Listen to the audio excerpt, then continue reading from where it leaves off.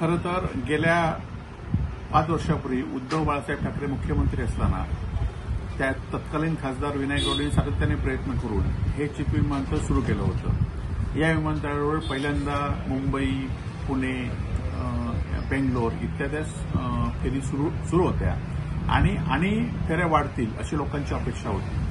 खरं तर गेल्या 7-8 महिन्यामध्ये ह्या विमानतळाचा पूर्णपणे बोजवारा उडालेला आहे। अनेक विमान ही अत्यंत वेळेत येत नाहीत, लोकांची गैरसोय होते आणि ह्याच्यापुढे जाऊन आता हे विमानतळ बंद होण्याची स्थिती आहे। 2 दिवसातनं एक विमान आता सध्या सुरू आहे आणि सध्याच्या भाजपच्या नेत्यांनी, सत्ताधाऱ्यांनी, मंत्री महोदयांनी अनेकदा सांगितलं की विमानतळ सुरू होणार आहे। येणाऱ्या 15 दिवसांमध्ये ही मुंबईची विमानतळ सुरू न झाल्यावर या विमानतळावर कुलूप लावण्याचा कार्यक्रम शिवसेनेच्या वतीने घेतला जाणार आहे आणि विमानतळाला कुलूप लावण्याचा कार्यक्रम जो महाराष्ट्रामध्ये कुठे नाही तो इथे या ठिकाणी करण्यासाठी आम्हाला भाग पडू नका एवढीच सत्ताधाऱ्यांना विनंती आहे।